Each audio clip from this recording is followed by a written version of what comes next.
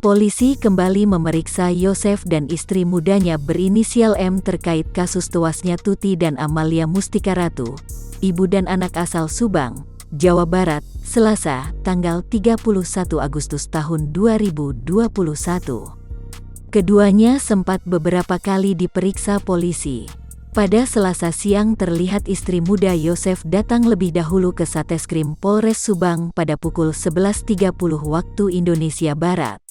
Sedangkan Yosef datang pukul 12.15 waktu Indonesia Barat. Tampak M didampingi kuasa hukumnya bernama Fajar. Kami baru menerima kabar pihak dari Pak Yosef dengan istri mudanya kembali dimintai klarifikasi tambahan, kata Fajar sebelum masuk ke dalam ruang Satreskrim Polres Subang, dikutip dari Tribun Jabar, Selasa.